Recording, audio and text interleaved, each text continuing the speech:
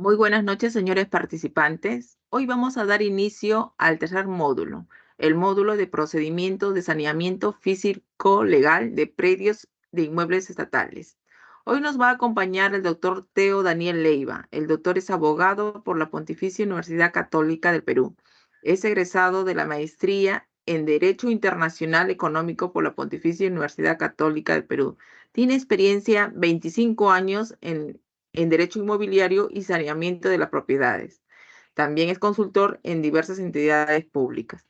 Sin más preámbulo, vamos a dar inicio a la clase de hoy. Doctor, ¿podemos dar inicio, doctor? Doctor, ¿me Sí, escucha? buenas noches. Sí, Buenas perfecto, noches, doctor. perfecto. Buenas noches Eh, con todos. Buenas noches, Beatriz. Un gusto estar buenas acá con noches. ustedes, compartiendo este diplomado en gestión de la propiedad estatal. Estamos nosotros muy complacidos de la invitación recibida por parte de ESDE y vamos a presentar eh, los temas que nos han sido asignados con la mejor voluntad a fin de que los participantes puedan tener conocimientos mucho más claros del tema, ¿no? Por mi parte, hay la mejor predisposición a absolver cualquier consulta que se pueda formular en el transcurso de las clases. Ustedes pueden hacerla a través levantando la mano acá en el sistema y yo encantado de contestarla, ¿no? También podemos nosotros repetir alguna parte del tema que no haya sido suficientemente entendida. Estoy, como les dije, totalmente a su disposición, ¿ok? Entonces, sin más preámbulos, vamos al tema del día de hoy, que es el procedimiento de saneamiento físico legal de predios estatales. Bien, voy a compartir la pantalla. Por favor, me confirman si estamos.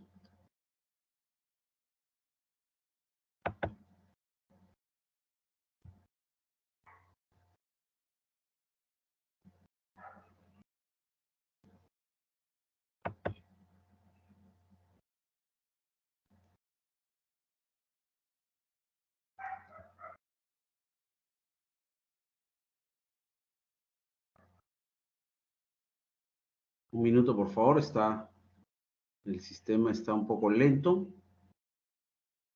pero creo que ya va a funcionar.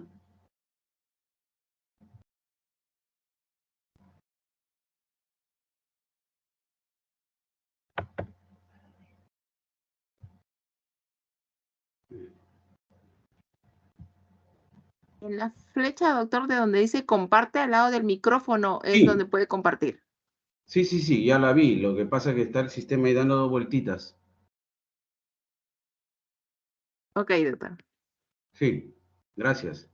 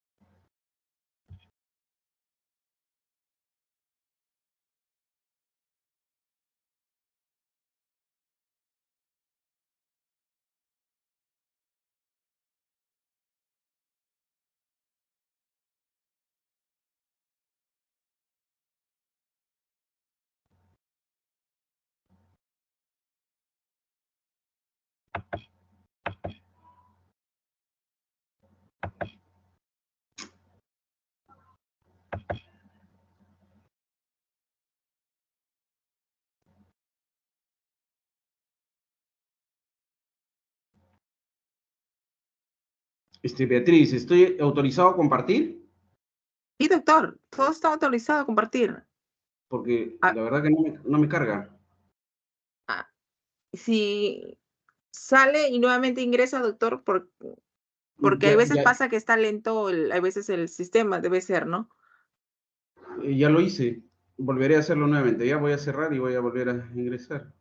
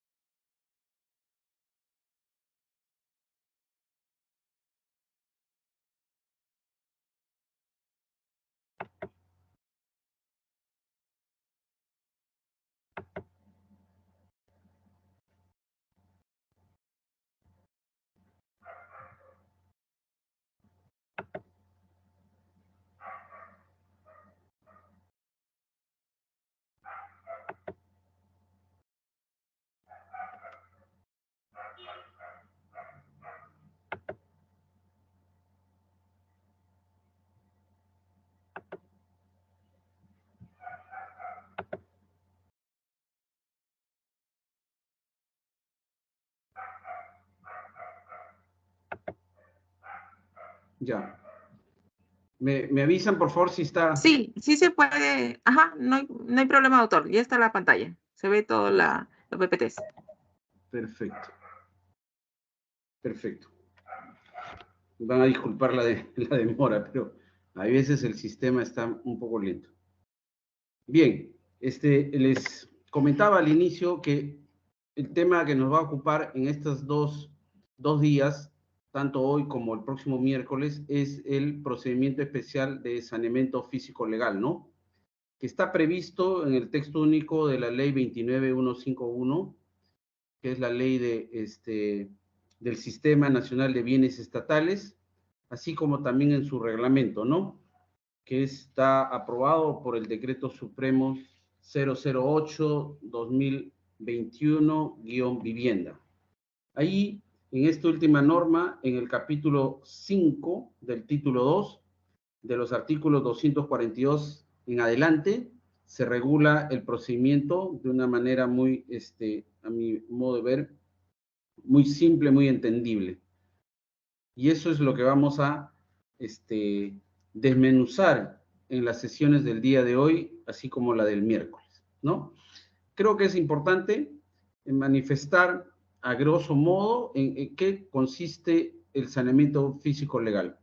Y acá yo he encontrado una cita que me gusta mucho repetirla, y es la siguiente. Es el conjunto de procesos técnicos y legales que se ejecutan a fin de rectificar las inexactitudes y actualizar la información registral de un inmueble, adecuándolo a su realidad física, ¿correcto? O sea, es tratar de corregir todas las inexactitudes que existen en el ámbito registral, pero en base a la realidad física. Bien, existe toda una problemática en el ámbito jurídico respecto a los inmuebles estatales que han dado lugar a que se establezca, se regule este procedimiento de saneamiento físico legal. Y acá estoy en esta lámina mostrando los principales problemas que ameritan la aplicación de este procedimiento especial. Primero que nada, existe una discrepancia muy grande entre la realidad registral y la extrarregistral.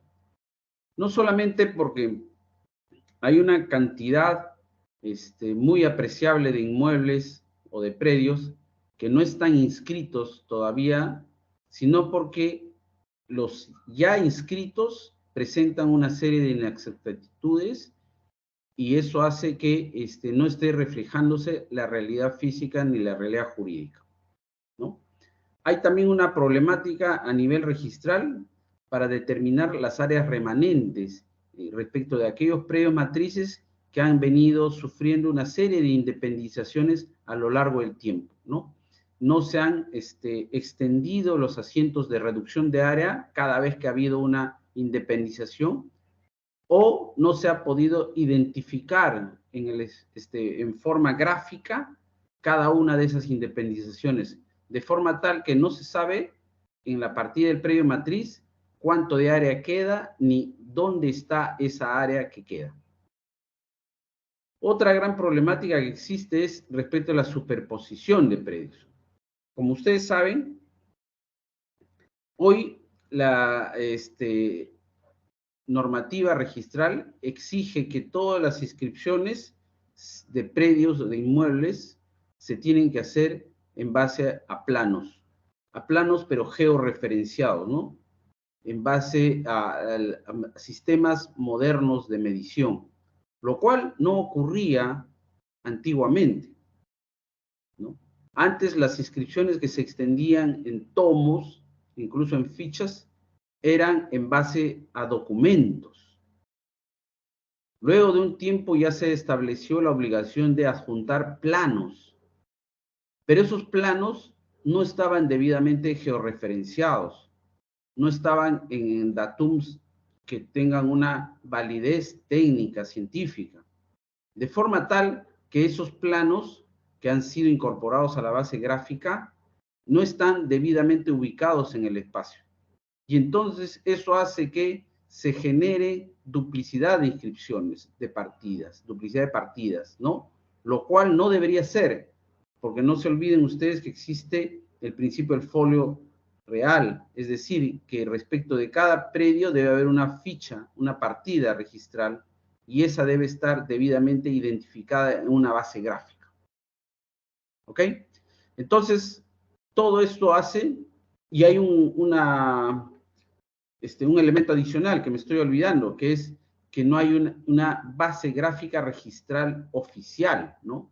Registros públicos no tiene una base gráfica oficial que haya sido aprobada con alguna resolución.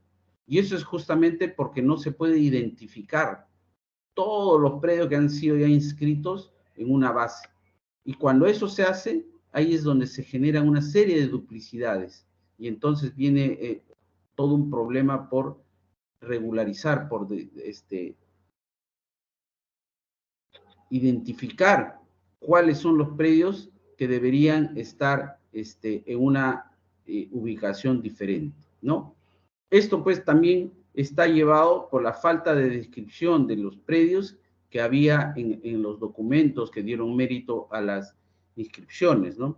Antiguamente, la descripción de los predios, y eso lo podemos ver en las inscripciones que hay en los tomos, estaban referidos a elementos geográficos que ya hoy día no existen. Por ejemplo, en un predio se decía colinda con el camino que va de aquí a Barrios Altos, ¿no?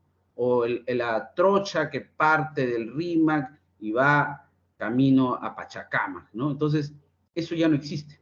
Entonces, ¿cómo hoy se va a poder identificar esos predios una base gráfica? Esa es la dificultad que se tiene, ¿ok? Entonces, todas estas dificultades, toda esta problemática han obligado, se podría decir, a que el legislador regule este procedimiento especial de saneamiento físico legal a fin de que se puedan posibilitar la inscripción de todos los predios estatales, ¿no? Y de esa manera se pueda regularizar la propiedad estatal.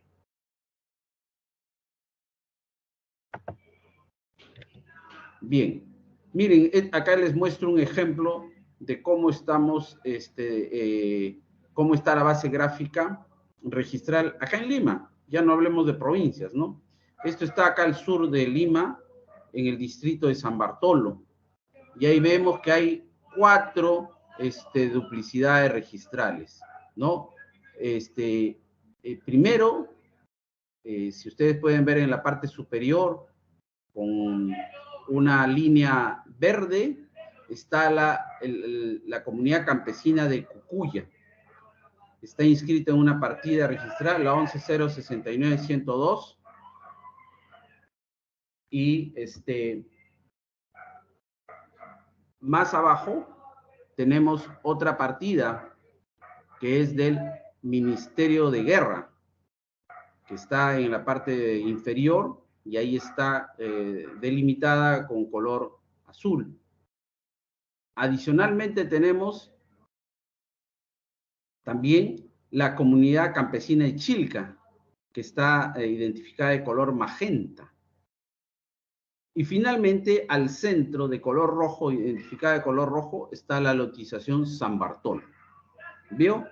Entonces vieron que acá en Lima hay esta duplicidad doble, no sé si llamarle cuatriplicidad, ¿no?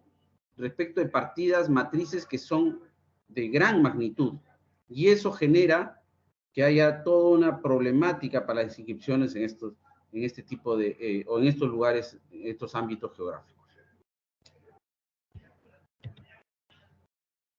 Bien, ya les había explicado que este procedimiento especial de saneamiento físico legal tiene como marco legal el texto único ordenado de la ley 29151, que es la Ley General del Sistema Nacional de Bienes Estatales, ¿no?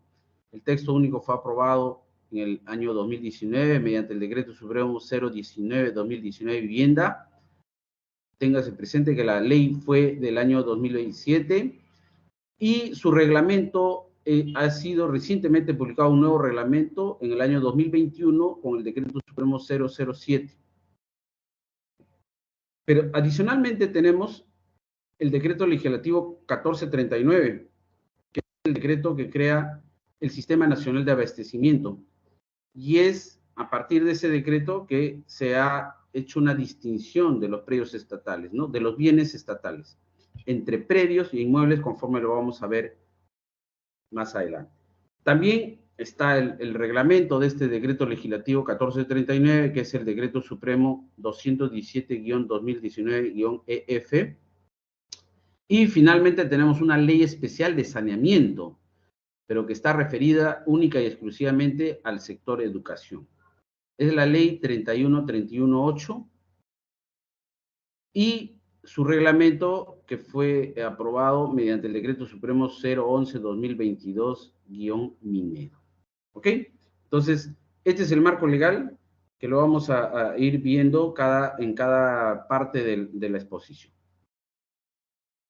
Creo que es importante tener claro esta distinción de los predios estatales, de los bienes estatales, perdón, que se ha creado a raíz de la promulgación del decreto legislativo 1439 que crea el Sistema Nacional de Abastecimiento, ¿no? Pero antes debemos tener claro qué comprenden los bienes estatales. Y acá debemos explicar que están incluyéndose dos tipos de bienes. Los que son propiamente del Estado, ¿no?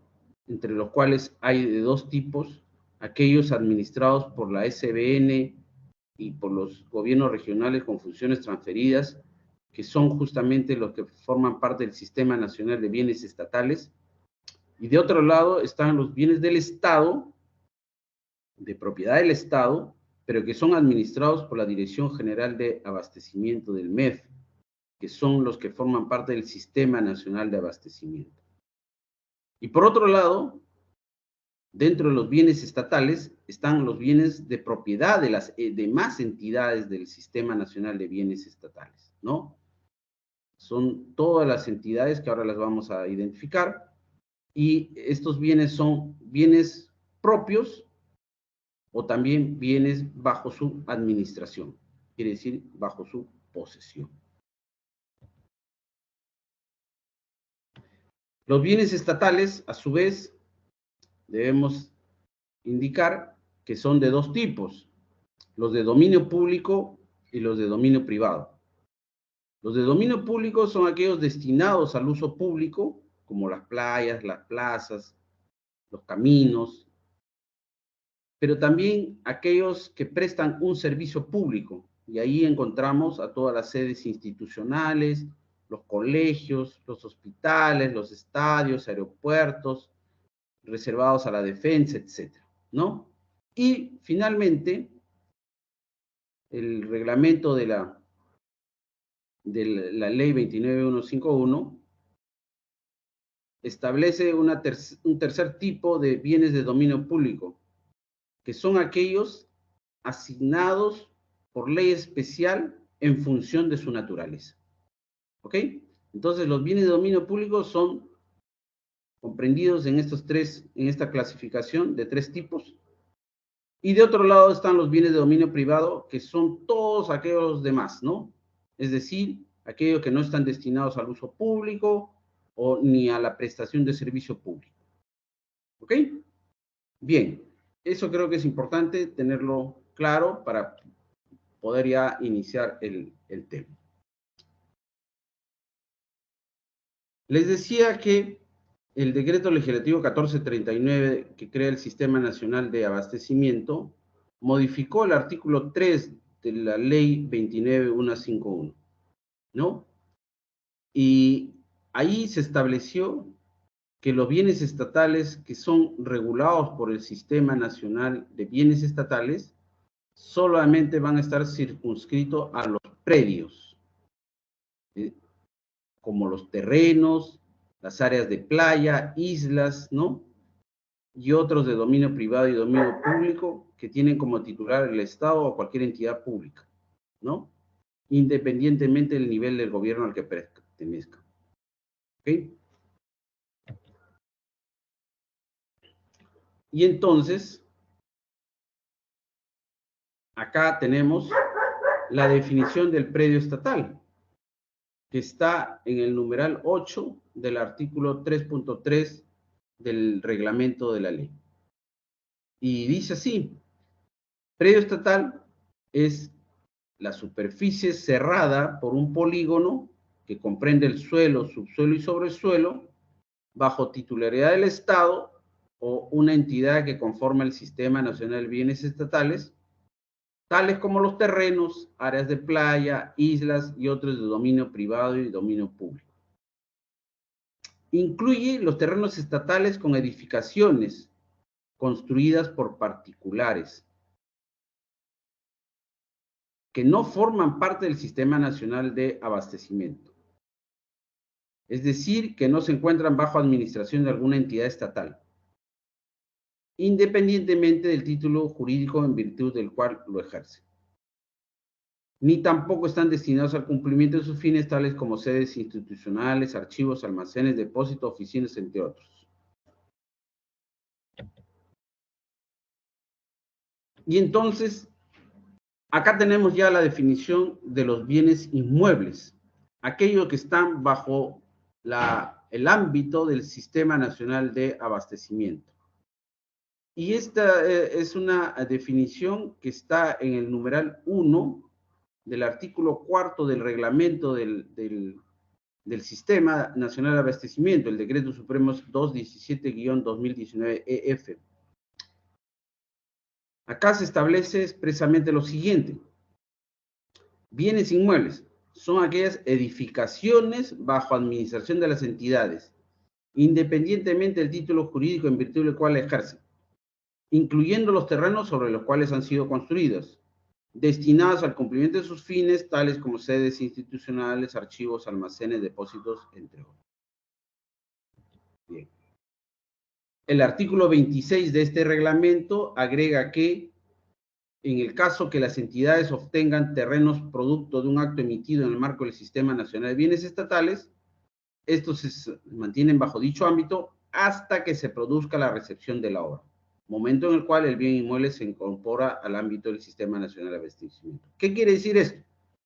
Que un terreno que no tiene ninguna edificación, como acabamos de ver, forma parte del Sistema Nacional de Bienes Estatales, o sea, en el ámbito de la SBN. Pero en tanto sobre ese terreno se haga una edificación posterior, ese terreno que ya dejó de ser un simple terreno y que ya es, digamos, un terreno con edificación, se convierte en un inmueble con la recepción de la obra correspondiente. Momento en el cual deja de pertenecer al sistema de bienes estatales y pasa al Sistema Nacional de Abastecimiento. ¿Ok? Entonces, un poco para clarificar las cosas y hacerlas más simples, debemos decir que predios son los que están en el ámbito del Sistema Nacional de Bienes Estatales, o sea, bajo la SBN. Y bienes inmuebles son aquellos que van a estar regulados bajo el ámbito del Sistema Nacional de Abastecimiento. Y la diferencia entre predios e inmuebles es, para ponerlo en términos simples, predios son aquellos terrenos donde no existe edificaciones, o en todo caso, si existen edificaciones, son de privados, y bienes inmuebles son aquellos bienes donde existe una edificación.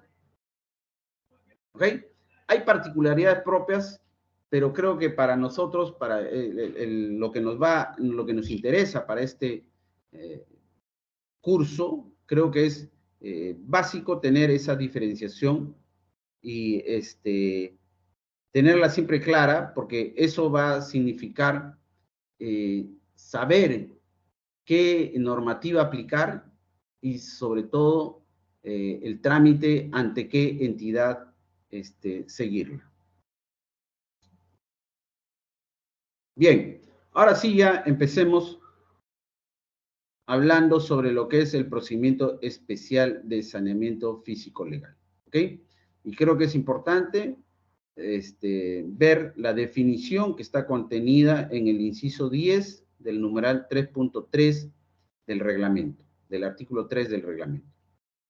Dice así: el saneamiento comprende todas las acciones destinadas a lograr que se inscriba en el registro de predios la situación real y los derechos reales que ejercen el Estado y las entidades sobre los predios e inmuebles estatales, el cual se efectúa a través de los mecanismos ordinarios de inscripción o mediante el procedimiento especial de saneamiento físico legal regulado en el texto único de la ley 29151 y su reglamento. ¿Ok? Quiere decir entonces que el saneamiento físico legal puede ser efectuado a través de dos vías.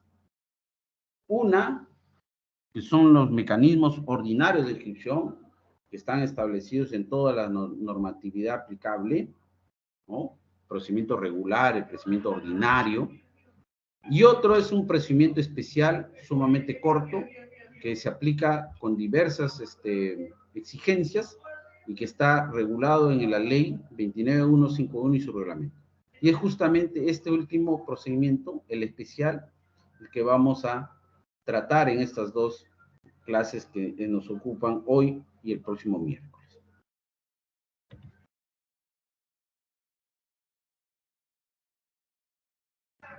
Antes de empezar a explicar el procedimiento aplicable, es muy importante tener algunas consideraciones o presupuestos previos, ¿no?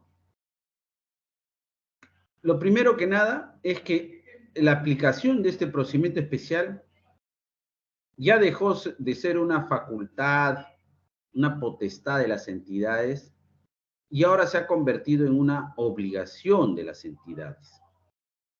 En la última modificación que hubo de la ley 29151 con el decreto legislativo 1358, se estableció esa obligación que hoy está prevista en el artículo 18, el numeral 18.1 del texto único ordenado. Ahí claramente se establece que es una obligación de las entidades realizar todos los actos de saneamiento físico legal a efectos de que esté regularizada la propiedad del Estado o de ellas mismas. Asimismo, se establece que este procedimiento debe ser aplicado de oficio y de forma progresiva, ¿no? Esto debido a que los recursos presupuestales no alcanzan. La segunda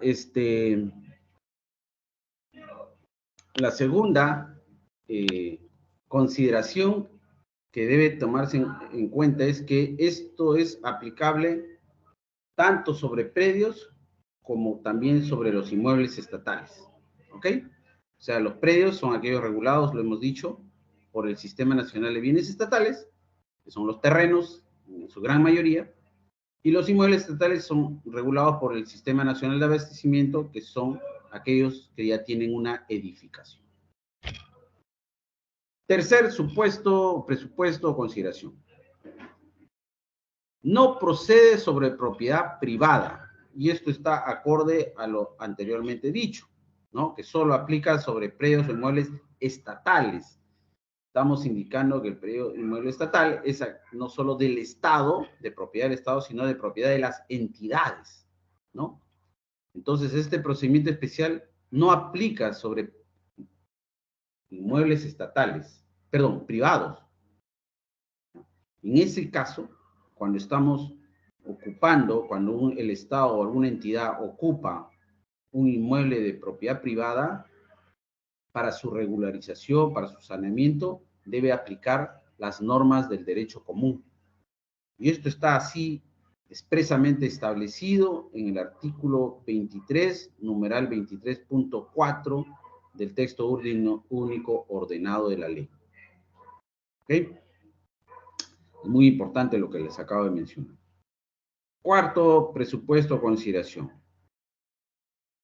Tiene que ser el bien de propiedad o en posesión de la entidad.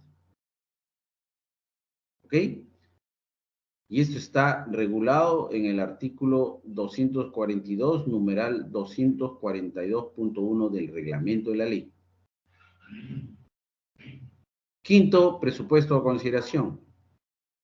Este procedimiento especial no es una forma de adquirir un derecho.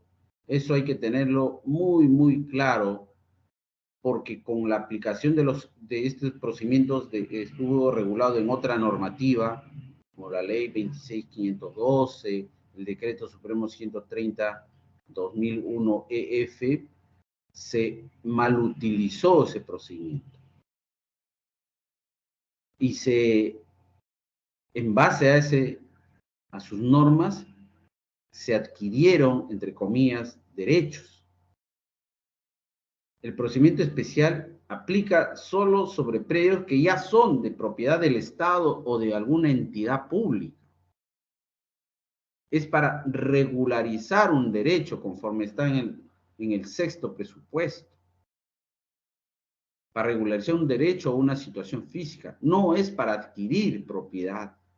No es para adquirir ningún otro derecho real.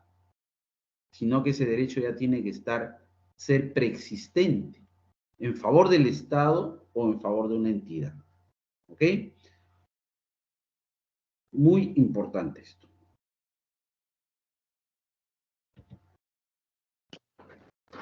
En séptimo lugar,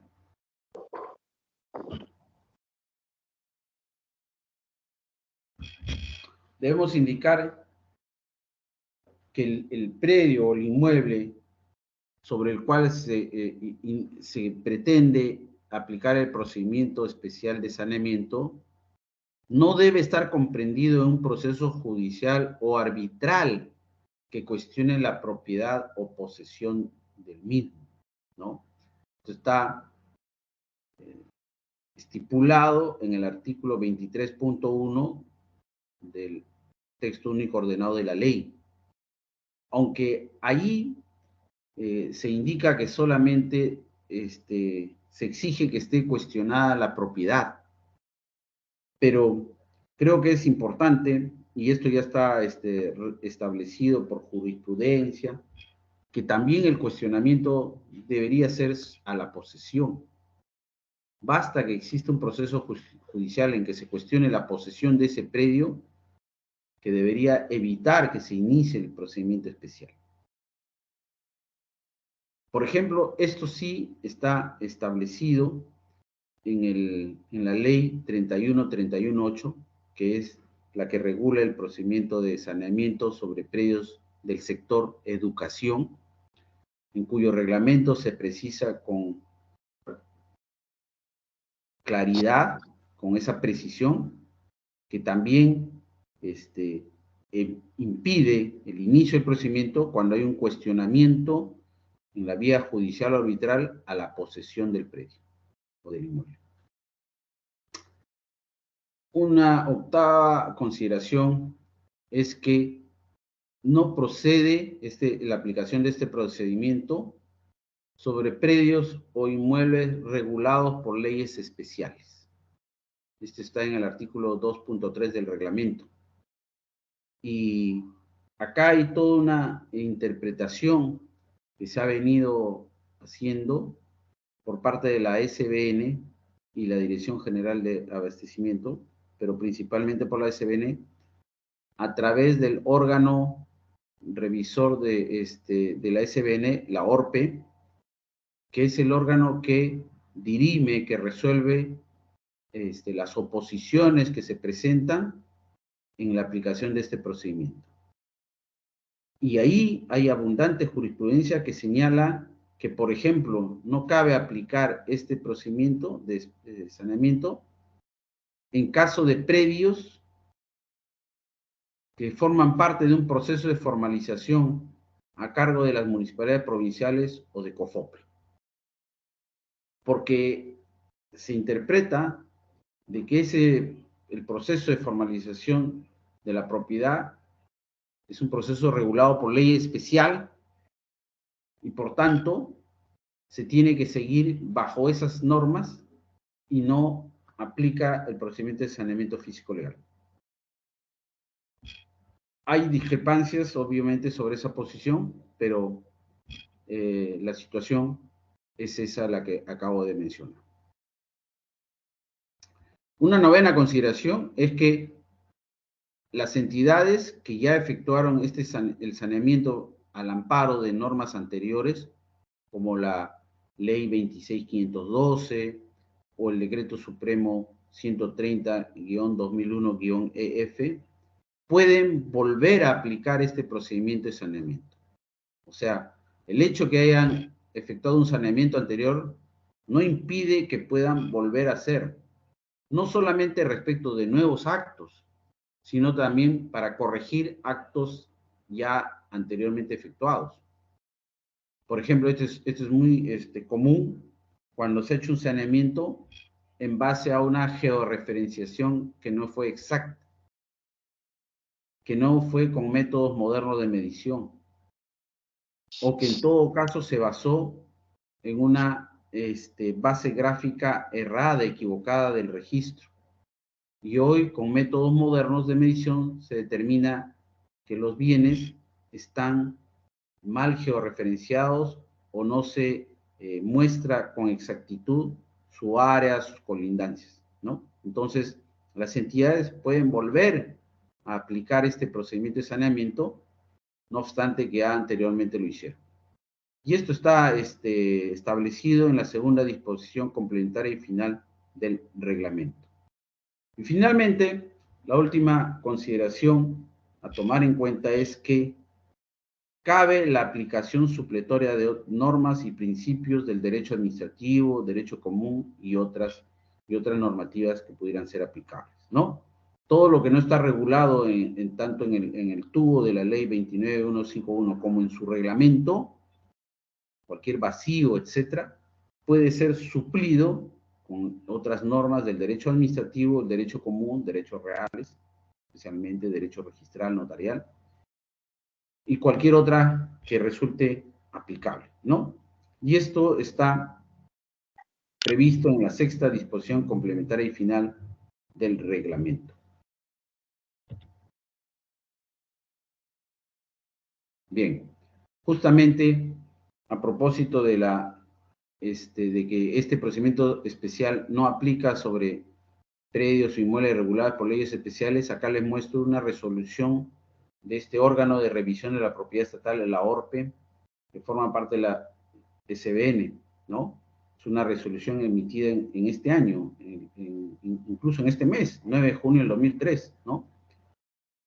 El procedimiento de saneamiento estuvo iniciado por el Ministerio de Educación respecto de un predio que fue parte de un proceso de formalización efectuado por COFOPRI.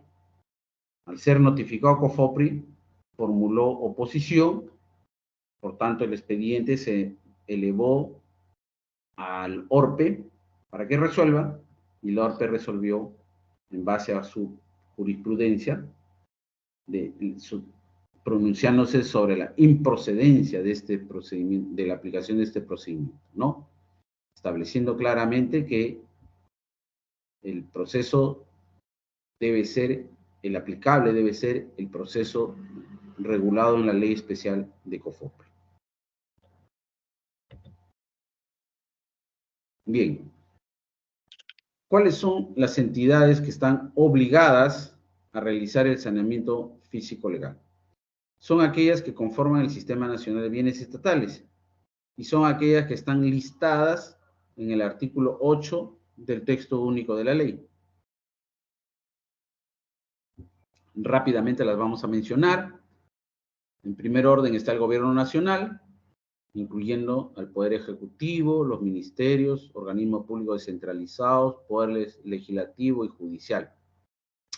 También están los gobiernos regionales, los gobiernos locales, organismos públicos autónomos establecidos por la Constitución y cualquier otra ley, las demás entidades, organismos, proyectos y programas del Estado, cuyas actividades se realizan en virtud de potestades administrativas. Y finalmente, las empresas estatales de derecho público. Entonces, todas estas entidades se encuentran obligadas a efectuar el saneamiento físico legal de sus predios.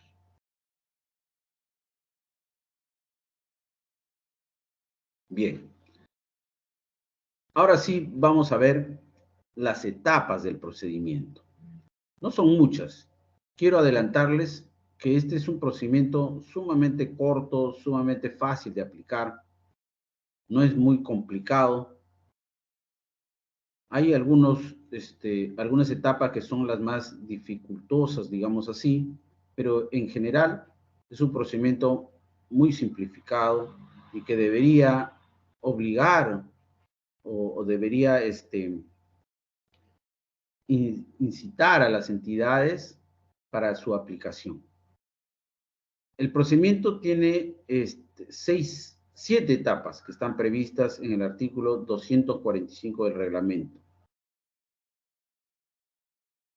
La primera es el diagnóstico técnico legal, la segunda es elaboración de los documentos, la tercera es la notificación, cuarto es la anotación preventiva en registros públicos del acto que se pretende sanear. 5 es una etapa de oposición que no siempre se da, no siempre hay oposiciones, es más, en la gran mayoría de casos no se presenta ninguna oposición, sin embargo se pone como etapa, ¿no? Y finalmente está la etapa de la inscripción definitiva. Hay una séptima etapa que es la actualización del SINAVIP, ¿no?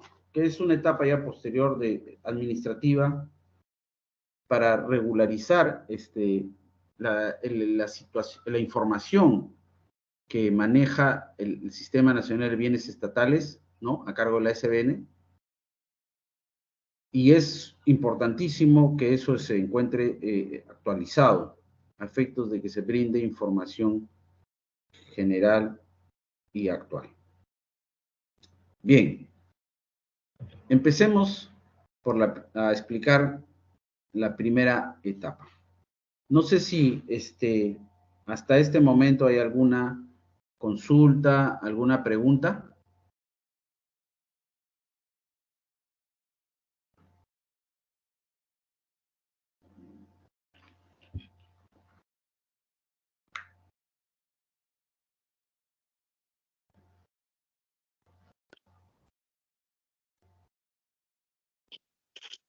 Bien, creo que no hay todavía por el momento ninguna consulta.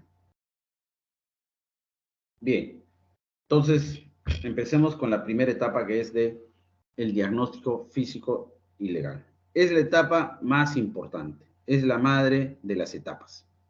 ¿Ok? Es una etapa que comprende varias subetapas, llamémosle así, varias fases, ¿no? La primera es el acopio, la recopilación de la información, ¿no? Esto es, digamos, la etapa más árida, la que toma más tiempo, porque es difícil, es complicado obtener información de otras entidades. Se supone que dentro del aparato público existe un deber de colaboración, ¿no? Entre las entidades. Existe también esto de brindar en forma transparente la información, pero eso no siempre se logra y entonces ahí tenemos dificultades. Las entidades tienen serias dificultades para conseguir la información, ¿no? Y eso es lo que dificulta y alarga los plazos. Acá, en el artículo 27 del texto único de la ley, se establece que todas las entidades, todas aquellas que acabamos de listar, que forman parte del sistema, todas estas entidades deben proporcionar información en forma gratuita y en un plazo de 7 días. 7 días hábiles, ¿no? Eso es una gran aspiración, pero que en la práctica no se cumple, ¿no? Y eso me darán la razón todos aquellos que están matriculados en este curso y que forman parte o han formado parte de alguna entidad pública, ¿no? Bien complicado. ¿Qué información es la que se requiere? Es aquella que está vinculada al saneamiento físico legal, ¿no? La obligación es de remitirla, ¿no? O de brindar acceso, porque no siempre es necesario remitir la información. Sobre todo aquellos sistemas alfanuméricos o gráficos que tienen algunas entidades, es muy importante que accedan, brinden el acceso, ¿no? Muchas de estas entidades lo hacen, pero previa suscripción de convenios, lo cual es bueno, pero también la suscripción de un convenio no es nada fácil, ¿no? Por ejemplo, SUNAR incluso tiene una directiva, una resolución aprobada, que aprueba una directiva que establece la forma como las entidades pueden acceder SPRL, ¿no? Al sistema de publicidad registral en línea, ¿no? Y de esa manera se puede acceder a las partidas registrales, ¿no? También tiene otra directiva que establece la forma para acceder a las bases gráficas de registros públicos. Entonces, las entidades, a través de convenios, incluso ya están establecidos como modelos tipo, hay un formato, pueden acceder a esa información, lo cual va a ayudar muchísimo para efectuar el diagnóstico físico-legal. ¿Ok? ¿Qué tipo de información se requiere? La básica es la de SUNAP, ¿no? La del registro de predios. Ahí lo que se necesita son las partidas registrales, los títulos archivados que dieron mérito a las inscripciones y sobre todo la emisión de los famosos CBC, ¿no? Los certificados de búsqueda catastrales. Para los que no están empapados de este tipo de información, un CBC es un certificado que indica si un predio está o no está inscrito en registros públicos y en caso que esté inscrito, sobre qué predios se superpone o si es que no se superpone, ¿no? Es como una radiografía del predio y eso es muy importante. También se requiere información de las municipalidades, como por ejemplo los planes de desarrollo urbano, la zonificación de los predios, donde están establecidos los usos, los predios, las compatibilidades de usos. También se necesita muchas veces los expedientes de las habilitaciones urbanas, porque hay innumerables predios del Estado que se ubican dentro de habilitaciones urbanas como parte de los aportes reglamentarios, ¿no? Y ahí es básico tener a la vista no solo el expediente, sino sobre todo los planos, las resoluciones que aprobaron las habilitaciones urbanas, que aprobaron las recepciones de obras, etc., ¿no? Y finalmente, también es muy importante obtener de las municipalidades el catastro urbano, ¿no? Que es donde están reflejados todos los predios de una urbe. Por otra parte, se requiere también información de otras entidades como el IGN, ¿no? El Instituto Geográfico Nacional. Ahí se necesitan las imágenes satelitales, las aerofotografías y sobre todo los valores de las coordenadas geodésicas, ¿no? Esto es importante para establecer la georreferenciación de los predios. La georreferenciación se hace en base a coordenadas geodésicas y esos valores los proporciona el IGN a nivel nacional.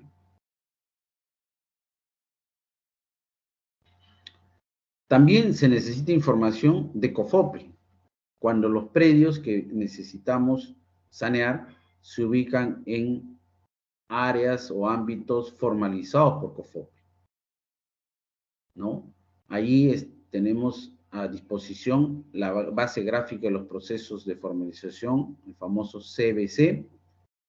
También tenemos el estado de la titulación de los lotes a través de otra herramienta informática, Geoliacta, ¿no?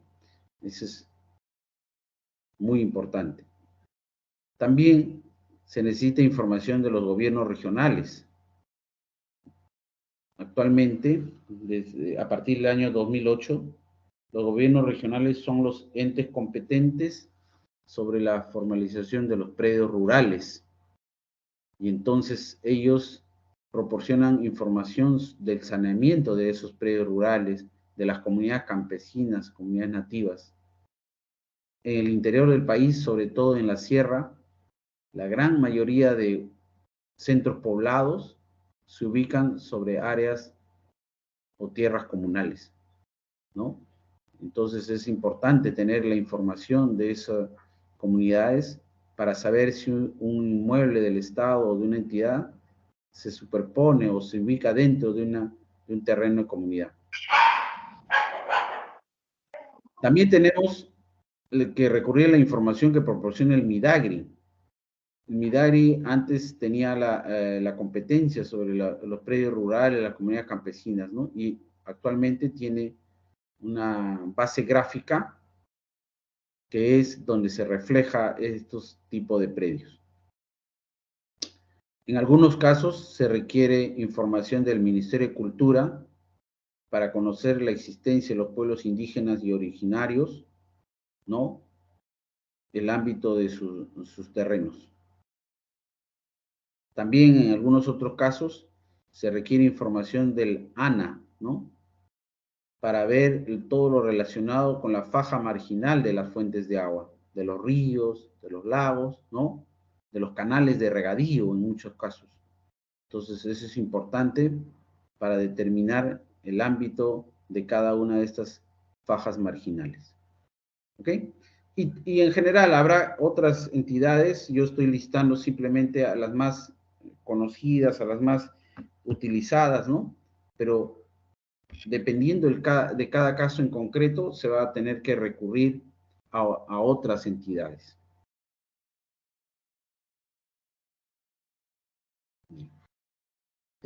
Quiero detenerme un minuto para hablar del certificado de búsqueda catastral, ¿no? Les mencionaba, súper importante en la información que obra en la base gráfica de registros, ¿no? Primero que nada, porque tiene un carácter vinculante en el aspecto técnico, ¿no? En el artículo 248 del reglamento se establece claramente que el certificado de búsqueda catastral que se ha emitido a solicitud de una entidad resulta vinculante para el proceso de saneamiento que se va a ejecutar. Es decir, que cuando se presente la solicitud para la anotación preventiva, SUNAR no puede manifestar una situación diferente a la que mostró en el certificado de búsqueda ya emitido, ¿no? No podría decir que, por ejemplo, si dijo que el predio se superpone a la partida XXX, cuando se presente para la anotación preventiva, SUNAR no puede decir que además de que se superpone en la partida XXX, también se superpone en la partida III. Justamente porque el certificado que se obtuvo con anterioridad tiene un carácter vinculante, obviamente en el aspecto técnico. Esto es muy importante, porque era muy común que el registro tenga una posición cambiante. Si bien es cierto que en todo certificado se pone al final en un párrafo que es una información que va actualizándose constantemente, ¿no? Que no es una verdad material plena, sin embargo, sí era necesario establecer el carácter vinculante para que no pueda estar cambiando toda esa información. ¿Ok? También se obliga a SUNAR a emitirle un plazo máximo de 15 días. ¿Ok? Y el certificado tiene que ser anexado al certificado el informe técnico y además un gráfico que identifique en dónde están las superposiciones. Porque no basta con que el certificado diga se superpone con la partida 100, sino que tiene que mostrarse en un gráfico en qué área, en qué lado, en qué vértice, en qué colindancia, en qué lindero es la superposición y en cuánto de área. Se superpone en 1 metro cuadrado, en 10 metros cuadrados, en 100, la superposición es total. Todo eso tiene que estar identificado en un gráfico. No olvidemos que para la solicitud de un certificado de búsqueda catastral se exige la presentación de un plano. La entidad tiene que elaborar un plano perimétrico con la mayor cantidad de referencias geográficas para que pueda ser ubicado en la base gráfica.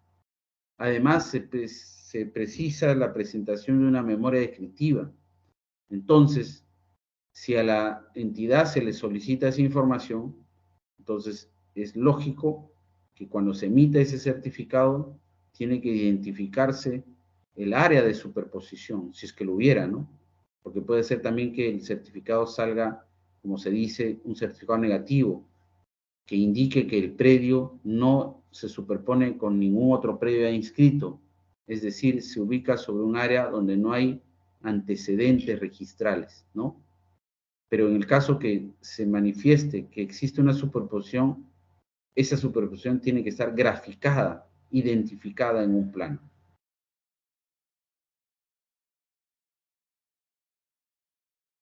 Bien, luego que se ha hecho un acopio de información, que no es fácil, que toma su tiempo, que demora, luego de eso hay que hacer un análisis. La entidad, a través de sus técnicos, de sus abogados, tiene que hacer un análisis de esa información. Tiene que contrastarla, confrontarla, porque la información no siempre es concordante una con otra. Hay siempre incoherencias, contradicciones, y entonces tiene que hacerse un análisis global, tanto de la parte técnica como de la parte legal. Es un elemento muy importante en esta etapa tener a la vista, o sea, elaborar un plano de levantamiento topográfico. Este plano es el que va a identificar tres cosas. Uno, el área. Pero antes que el área, la ubicación del predio. Ubicación en coordenadas con el datum oficial, que en este momento es el WG84. Coordenadas que están debidamente georreferenciadas en base a los valores que ha proporcionado el IGN. Entonces, un predio tiene que estar debidamente identificado, consignado con su exacta ubicación en el espacio. Entonces, ese es el primer punto que debe reflejar un plano de levantamiento topográfico. El segundo es el área, que está dentro o encerrada dentro del polígono del predio, el área gráfica. Tercero, tiene que mostrar los linderos, ¿no? Al generarse el polígono tiene que establecerse los linderos, que también, y con su debida medida, ¿no? Que son las llamadas medidas perimétricas. ¿Ok? Entonces, son tres aspectos básicos que tiene que reflejarse en un levantamiento topográfico. Luego de eso, del levantamiento topográfico, si ha sido encargado algún técnico, ingeniero, empresa técnica externa, se recomienda siempre hacer una inspección del predio. No para ya medirlo, porque ya el levantamiento ha tenido esa precaución, sino para verificar la situación actual del predio. Si tiene o no algún tipo de riesgo, por ejemplo, está en una quebrada, ¿no? También para verificar si existen o no ocupantes externos, invasores del predio, etcétera, ¿no? Luego hay que hacer la revisión del CBC, que ya se obtuvo, confrontarlo con el levantamiento topográfico que también ya se obtiene. Hay que también revisar las bases gráficas, las entidades. Se había hablado de COFOPRE, que tiene el CBC, el GeoLiacta, en el caso del MIDAGRI, el SECAR, etcétera. Todas esas bases gráficas generan información que es necesario analizarla y contabilizarla. Y finalmente, eso va a permitir tener una idea clara de lo que es la situación física del predio. En el ámbito legal, se tiene que revisar las partidas registrales y los títulos archivados que dieron mérito. La revisión de las partidas es importantísimo, porque va a identificarse todos los derechos que están inscritos sobre un predio. Y no solamente los derechos, sino también las cargas, los gravámenes que pudieran existir. Aparte que también ahí se va a definir, o ahí se va a mostrar las áreas registrales que lo más probable es que no coincidan con las áreas que se han obtenido del levantamiento topográfico. También hay que hacer una revisión de los expedientes administrativos, por ejemplo, expedientes de habilitación urbana, cuando el predio se encuentra dentro de una habilitación urbana. O revisar un expediente judicial. Muchas veces hay predios que han sido obtenidos, el dominio de los predios por parte del Estado o alguna entidad ha sido obtenida a través de un proceso judicial de expropiación o un proceso de prescripción adquisitiva. Entonces hay que revisar. También es necesario revisar los procesos judiciales para determinar si hay o no un proceso judicial que versa, que tiene implicancias, que afecta un predio.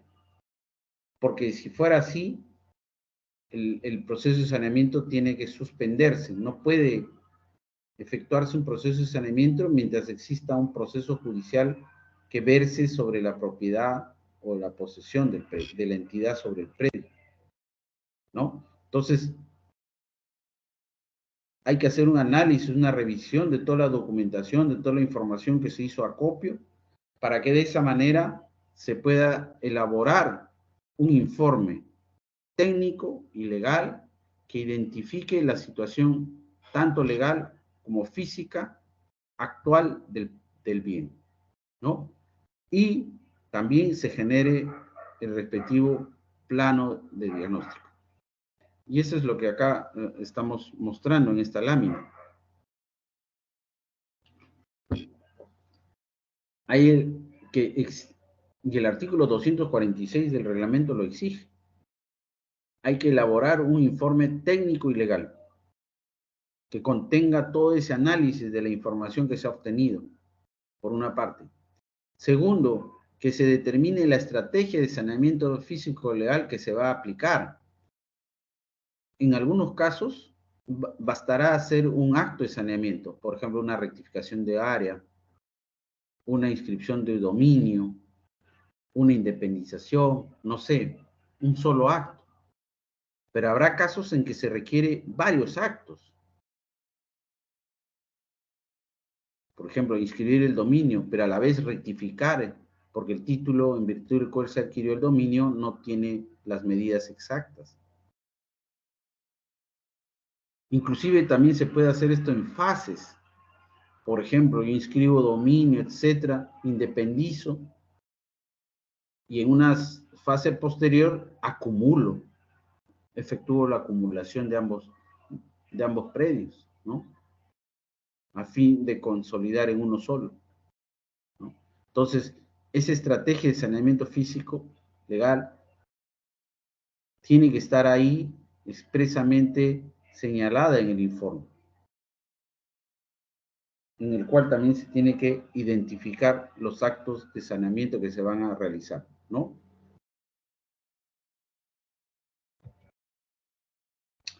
Acá les estoy mostrando en esta lámina un plano de diagnóstico, que es el que tiene que acompañar al informe técnico legal.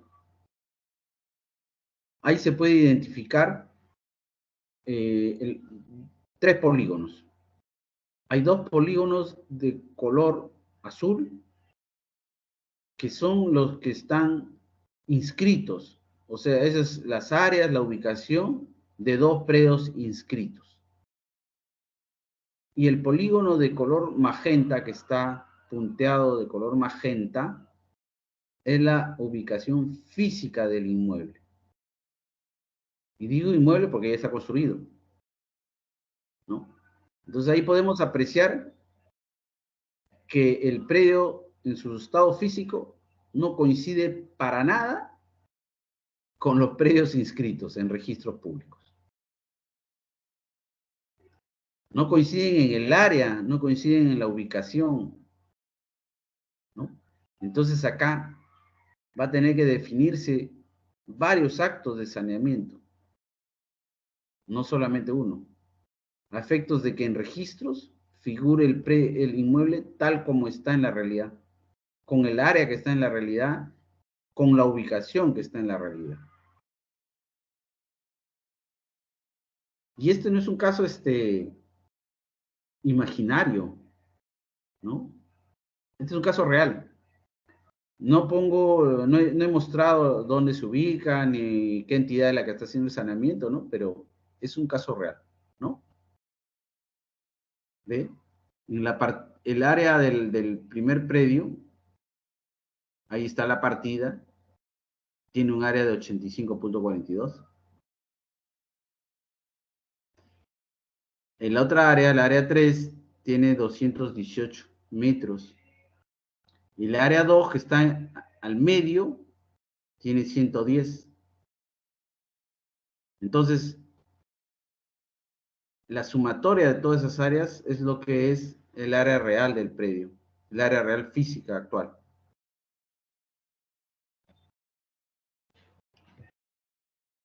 Acá tengo otro ejemplo, más complicado aún. Acá existen dos predios que están en partidas registrales diferentes.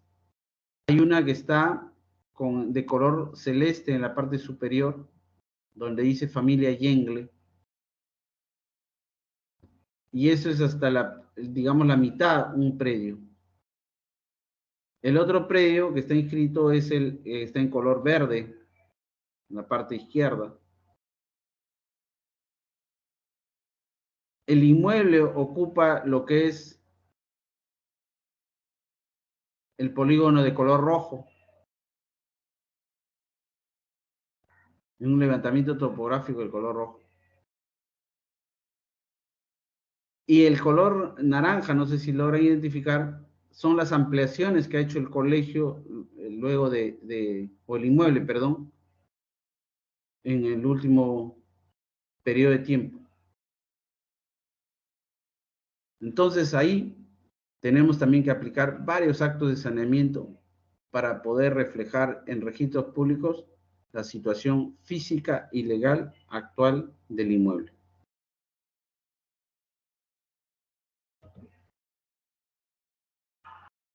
Otro caso de plano diagnóstico, donde hay duplicidades. ¿Eh? Acá este predio que está de amarillo en la parte central, que está en el tomo 58, etcétera, se superpone con el otro predio que está de rojo. Esto es justamente un análisis que se ha hecho luego de haberse obtenido el certificado de búsqueda catastral, el levantamiento topográfico. Y con la información que también seguramente se ha obtenido de otras bases gráficas, entonces se logra definir elaborar este plano de diagnóstico.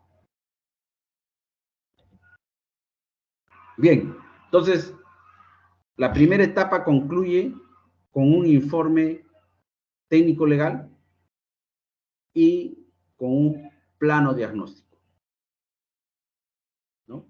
Eso está, como les dije, en el artículo 247. Ahora veamos lo que es la segunda parte. No sé si respecto de la primera etapa de diagnóstico hay alguna pregunta, consulta.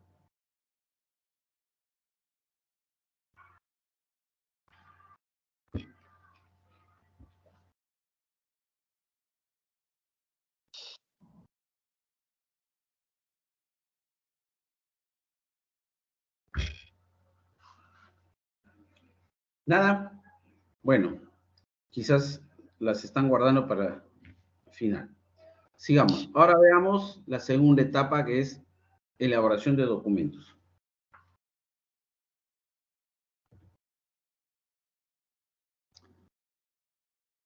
En documentos debemos entender aquellos que van a ser necesarios para presentar a registros públicos para su inscripción, ¿no? Para la anotación preventiva y posterior conversión en definitivo.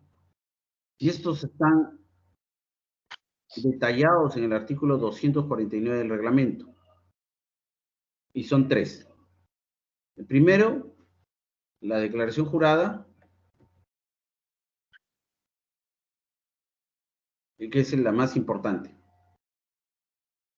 En la declaración jurada, que debe estar suscrita por el funcionario competente de cada entidad, no por cualquier funcionario, ¿eh?, sino tiene que ser por el funcionario competente de cada entidad, se debe indicar varios aspectos. El primero es que se debe indicar si la entidad cuenta con un derecho de propiedad o solamente cuenta con una posesión. En el caso que cuente con un derecho de propiedad, debe indicar el título de adquisición.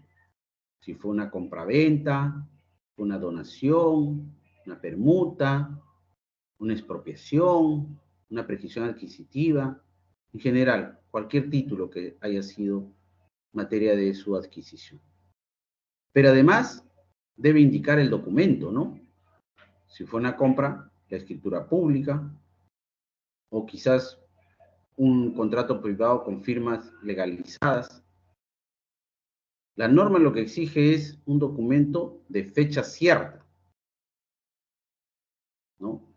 Y ya sabemos que los documentos de fecha cierta son aquellos que están indicados por el artículo 245 del Código Procesal Civil, ¿no? También puede ser el título de adquisición una norma legal. Puede ser que una entidad adquirió un predio, un inmueble, mediante una ley, ¿no? Entonces ahí su título va a ser la norma, la ley. Indicará seguramente el número de la ley, la fecha, no sé. Ojo que no es necesario adjuntar el documento. Esto es muy importante. La norma dice que en la declaración jurada se debe indicar el título de adquisición, el documento o la norma de la adquisición, pero no adjuntar.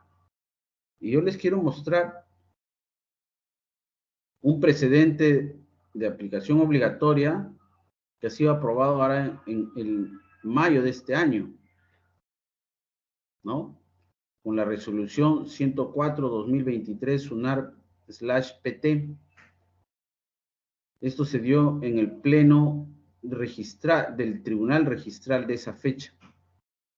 Y uno de los precedentes, el cuarto, es el que establece que el acto causal, vale decir, el título de adquisición que se consigna en la declaración jurada en los procedimientos de saneamiento, dice, la idoneidad del acto causal por el que se adquiere la propiedad que se consigna en la declaración jurada no es materia de revisión y análisis por parte de las instancias registrales, pues esta evaluación le corresponde a la entidad que realice el saneamiento y a la SBN como ente rector y supervisor de estos procedimientos. Y eso es lógico, porque si la norma no exige la presentación del documento, ¿cómo el registrar va a evaluar su idoneidad, su validez? El registrador tiene que confiar en la declaración jurada que está presentando el funcionario competente, donde indica que la entidad adquirió el inmueble o el predio en mérito a un documento, a una norma. Esa responsabilidad la asume el funcionario que suscribe la declaración jurada. No se le puede trasladar al registrador. Y será la propia entidad, a través de sus órganos competentes, o la SBN, las que revisen en una etapa posterior la veracidad, la legalidad de esa declaración jurada. Y ahí, en todo caso, aplicará los correctivos necesarios. Pero para efectos de las inscripciones en el procedimiento de saneamiento físico legal, basta que en la declaración jurada se consigne el título de adquisición, los datos más relevantes del título de adquisición. ¿Ok? Esto es muy peligroso, digamos, porque podría ser que algún funcionario no se ajuste a la verdad y pueda falsear alguna información. Sí, es cierto, es un peligro, es un riesgo, pero ese es el riesgo de toda declaración jurada. Y por eso que debe establecerse mecanismos de control por parte de la entidad y también la SBN. ¿Ok? Bien. Pero también la declaración jurada se debe indicar que no se cuenta con derecho de propiedad, sino que se ejerce única y exclusivamente una posesión sobre el predio o inmueble, ¿no? Y es una posesión para el cumplimiento de funciones. No es una posesión que puede decirse para predios que están en abandono, no, sino que tienen que ser predios que se están dando o sirven para el cumplimiento de las funciones.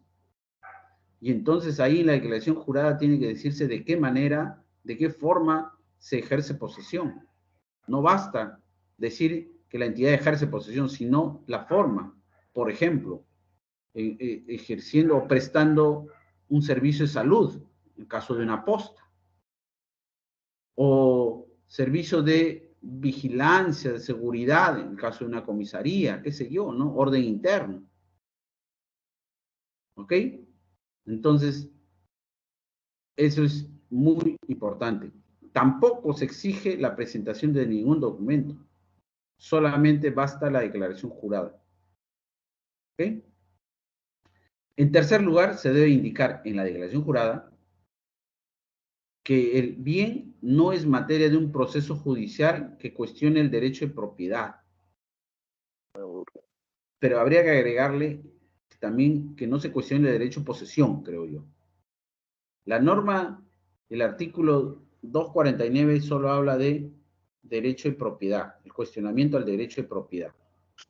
Creo que se quedó corto.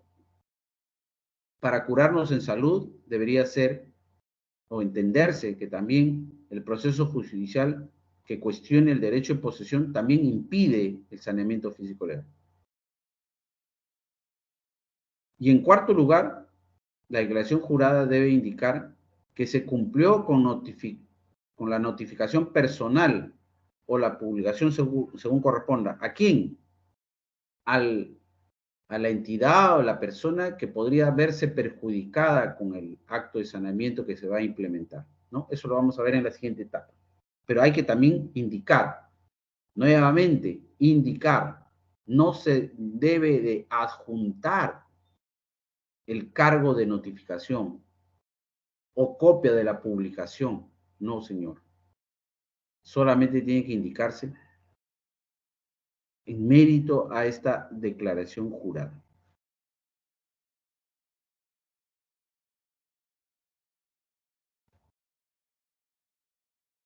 Acá tengo una resolución del Tribunal Registral de este año, de mayo de este año, ¿no?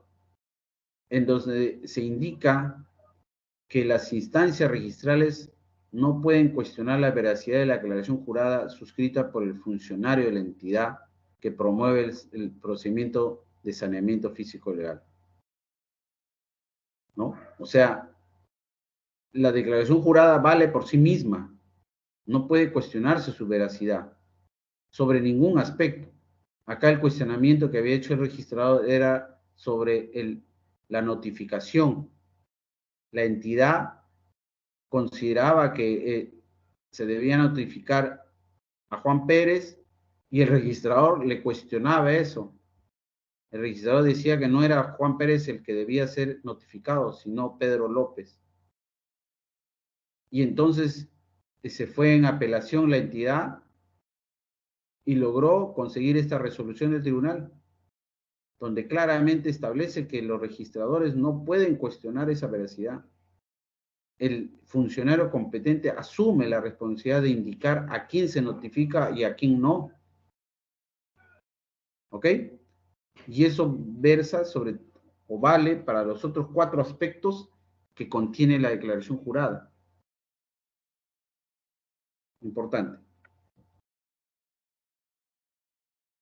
El otro documento que se tiene que elaborar por parte de las entidades para su presentación a los registros es el plano de ubicación perimétrico, ¿no? O sea, el plano donde conste la ubicación y el perímetro del predio o inmueble.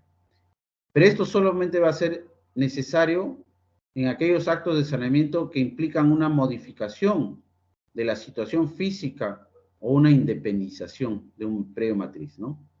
En otros actos, por ejemplo, una aclaración de dominio o una inscripción de dominio, no se requiere plano perimétrico. En tercer lugar, la memoria ejecutiva, pero también bajo el mismo criterio, ¿no? Solamente en aquellos casos donde se requiera plano. La memoria y plano van juntos siempre, porque la memoria describe el plano. Si hay necesidad de presentar plano, entonces también hay necesidad de presentar memoria. Y al revés, si no hay necesidad de presentar plano, tampoco se debe presentar memoria ejecutiva. Bien. En cuarto lugar, se tiene que elaborar para su presentación un plano de distribución. Pero esto es solamente para el caso que se vaya a gestionar una declaratoria de edificación, que antes se llamaba declaratoria de fábrica, ¿no? El plano de distribución ya es un plano que refleja todas las edificaciones, ¿no? El plano perimétrico solo es el terreno. El plano de distribución ya es todo las construcciones existentes, edificaciones existentes. Entonces, eso se requiere elaborar y presentar solamente cuando se vaya a solicitar una declaratoria de edificación. Y finalmente, la norma exige la elaboración de un plano perimétrico del área remanente, pero también solamente en los casos de independizaciones y se pueda determinar el área remanente.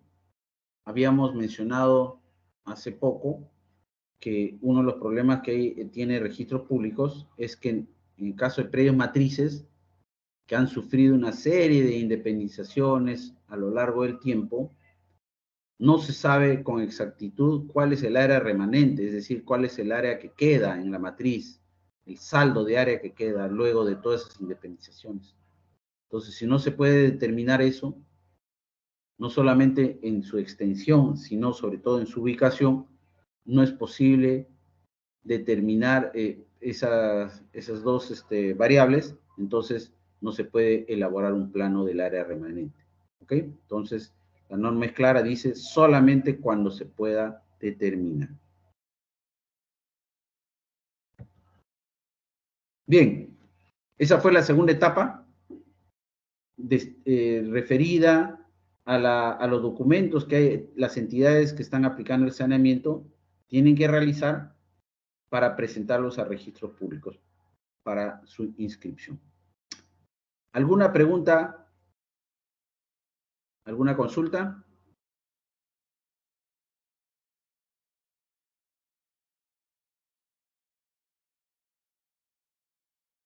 Bien, entonces pasemos a la tercera etapa, que es la notificación. Este es importante porque acá se puede, haciendo una mala notificación, se cae todo el procedimiento. Y justamente este es uno de los candados o digamos las seguridades que tienen que tomar las entidades para que el procedimiento sea considerado un debido procedimiento, para que cumpla con todas las formalidades y para que no se tenga un cuestionamiento posterior sobre su validez. ¿Ok? Y justamente ha sido uno de los grandes problemas que se realizaron con las entidades, con el saneamiento que aplicaban con normas anteriores, con el decreto, sobre todo con el decreto supremo 130/2001F, que muchas veces la notificación la hacían en la forma subsidiaria, a través de publicaciones. Entonces decían, yo publiqué, no te enteraste, qué pena. Acá la norma se corrige y se obliga a hacer la notificación mediante dos modalidades. Una, que es la notificación personal, que es la notificación o la modalidad, digamos, en orden de prioridades, la más importante, la que tiene que aplicarse en primer orden, y otra es la modalidad de la publicación, que viene a ser una modalidad subsidiaria. En esta regulación, el legislador ha tomado en consideración, me parece, el procedimiento o el régimen regulado en el texto único ordenado de la Ley del Procedimiento Administrativo General, donde se establece que la notificación personal es la prioritaria, la principal, y la publicación ya es la subsidiaria, secundaria, es en defecto de, cuando no se puede ejecutar o realizar la notificación personal. Pero lo que las entidades deben hacer es primero agotar todos los esfuerzos para que una notificación personal se lleve a cabo, siendo la publicación un modo subsidiario. ¿Ve? Esto está establecido en el artículo 251 del reglamento. Bien, veamos la notificación personal. Debe realizarse en todos los actos de saneamiento físico legal, excepto 4 actos de saneamiento que no requieren de notificación personal. Y es en consideración a que no se afecta, mediante estos 4 actos, no se afecta a ningún tercero. ¿Cuáles son esos 4 actos? Primero es la aclaración del dominio, ¿no? Ya lo vamos a ver más tarde. La aclaración del dominio es simplemente corregir el titular del dominio, pero corregir en relación a la misma entidad. Hay casos en que un predio, un inmueble está inscrito a favor de un órgano de la entidad y no en favor de la entidad misma. Entonces, eso se tiene que corregir. La regla es que los predios, los bienes, tienen que estar inscritos a favor de las entidades, no de sus órganos. ¿Ok? Entonces, cuando se hace esta aclaración de dominio, no se afecta a nadie y por tanto no se tiene que notificar a nadie. Tendría que notificar, el afectado sería el órgano, ¿no? Lo cual resulta ilógico. Después, otro acto que no requiere notificación es la aclaración del destino de los aportes reglamentarios, ¿correcto? Los aportes reglamentarios son aquellos que surgen o nacen de una habilitación urbana, ¿no?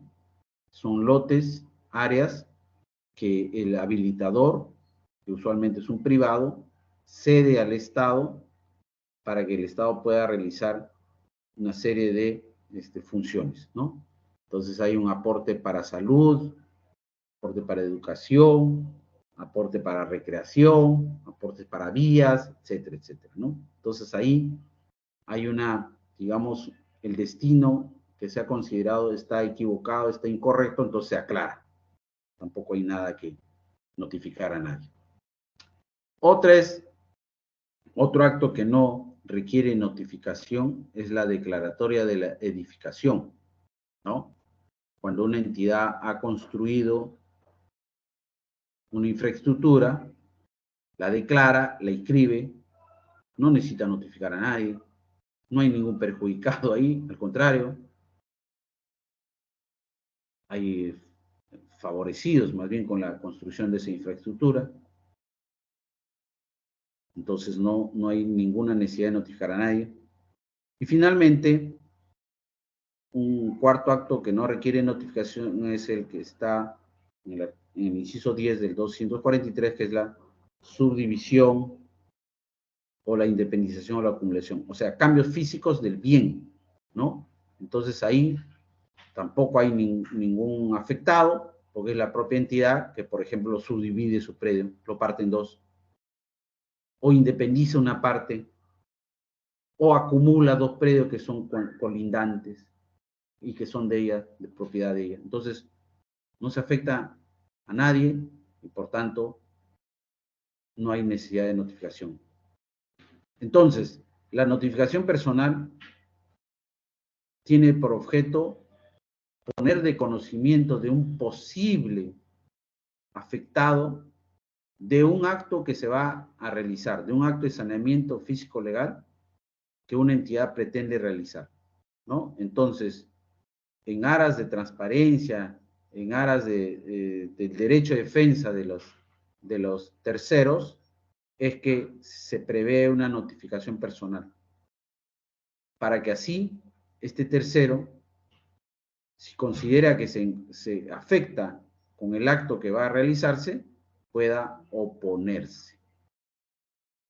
Entonces, esta es digamos, la modalidad, el mecanismo para preservar la legalidad de los procedimientos. ¿Ok? La norma dice, se debe notificar a quien se considere que pudiera ser afectado con el acto. Y esto es una consideración de la entidad, del funcionario. Acabamos de ver esa resolución del Tribunal Registral, que eso no puede ser cuestionado por el registrador. El funcionario competente, al momento de emitir su declaración jurada, señala que para él considera que Juan Pérez es el posible afectado y no Pedro López, ¿no? Obviamente que el funcionario asume la responsabilidad y si se notificó mal, no digo que no le llegara la notificación, sino que se notificó a una persona equivocada, a una persona que no era la correcta, entonces el procedimiento mañana más tarde va a ser declarado nulo. Y seguramente vendrán las responsabilidades administrativas contra ese funcionario. Por eso que es importante identificar a los posibles afectados. Si son varios, a todos ellos hay que notificarlos, ¿no? Yo incluso recomiendo que notifiquemos a más, o sea, con criterio más amplio y no restrictivo, ¿no? Porque si se hace de esa manera, se puede correr el riesgo de que mañana más tarde alguien aparezca diciendo, yo era afectado y no se me notificó, por lo tanto, se solicita la nulidad del proceso. ¿Ok? Un tema que es importante tomar muy en cuenta es que se haya identificado. No siempre el afectado puede ser identificado. Por ejemplo, en caso de sucesión. Por ejemplo, el predio colindante, se va a hacer una rectificación de área, el predio colindante está inscrito a nombre de una persona que ya sabemos que falleció y que tiene presuntos herederos y que no está inscrita la declaratoria de herederos. Y entonces no se puede identificar quiénes son los herederos y por lo tanto no se podría identificar a quienes se tenga que notificar. Entonces, en esos casos, lo vamos a ver, ya tiene que usarse la otra modalidad de notificación, que es la publicación. ¿Ok? ¿Cómo se debe efectuar la notificación personal? De acuerdo a las reglas previstas por el texto único de la Ley 27444, que es la Ley del Procedimiento Administrativo General. ¿No?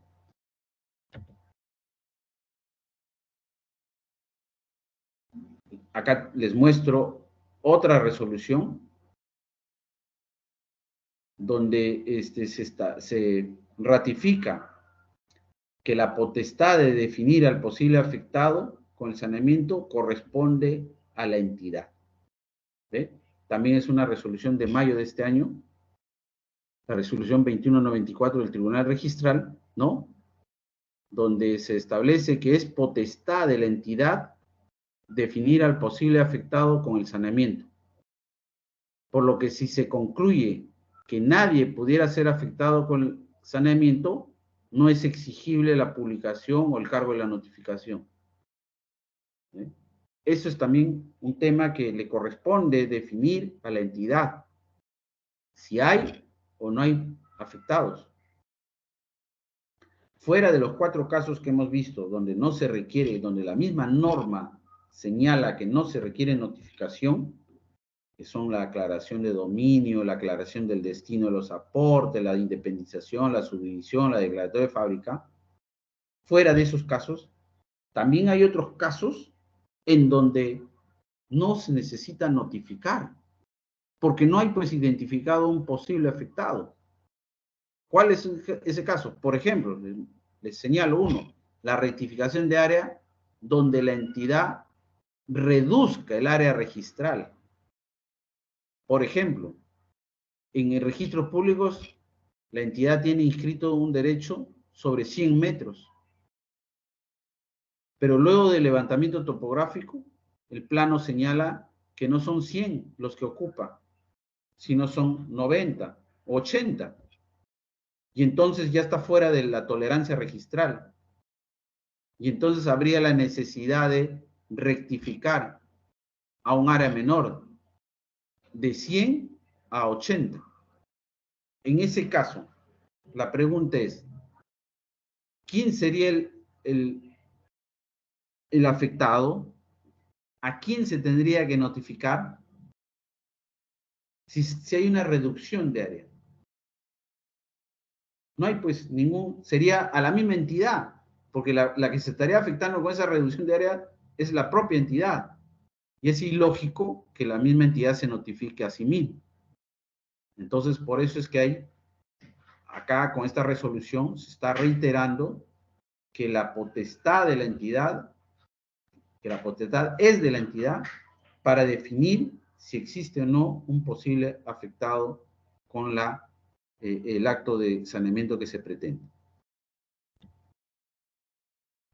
Les decía que la notificación personal tiene que ser de acuerdo al régimen que está previsto en la Ley del Procedimiento Administrativo General, en los artículos 20 y 21. Tiene que ser dirigida al domicilio del administrado. ¿Pero a cuál? Aquel que conste en el expediente o en otro seguido ante la entidad en el último año.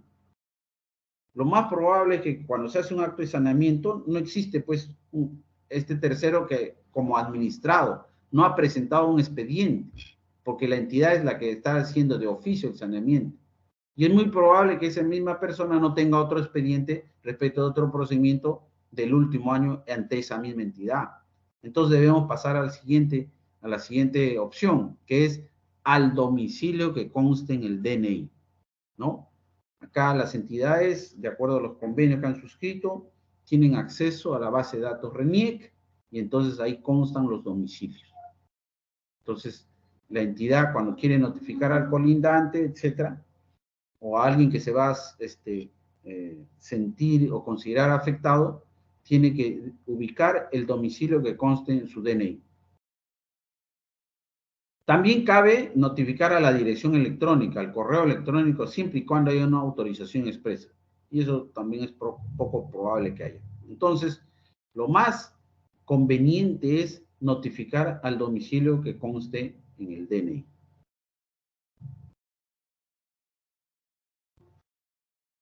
Bien.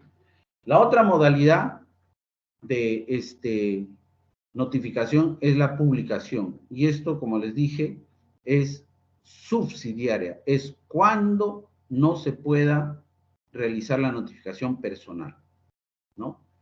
La norma del artículo 251 establece que se tiene que hacer una publicación, por una vez, sea en el diario El Peruano o en otro de mayor circulación del lugar. Entonces ahí la entidad escoge, o es el peruano o es uno de mayor circulación. Y además, se tiene que publicar en la página web de la institución.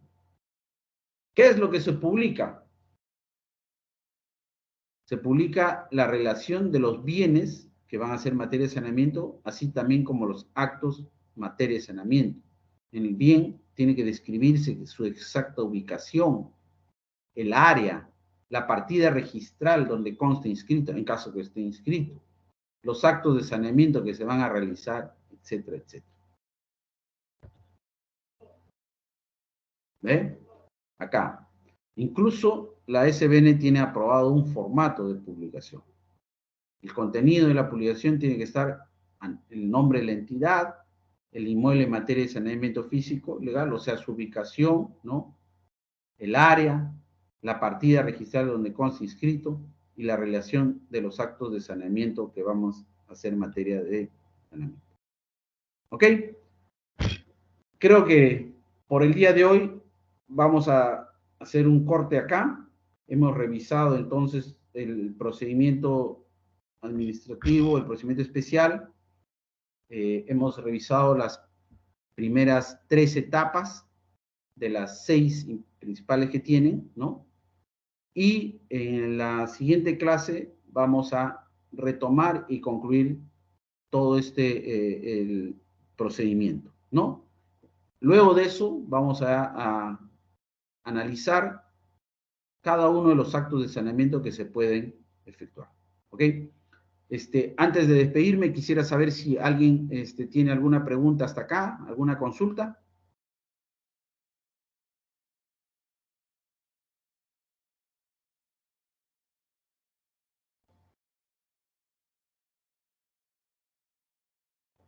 Bien, entonces, si no hay ninguna consulta, etcétera, doy por culminada la sesión del día de hoy. Les agradezco por su atención y nos estamos encontrando el próximo miércoles de 7 a 9 de la noche. Muchísimas gracias.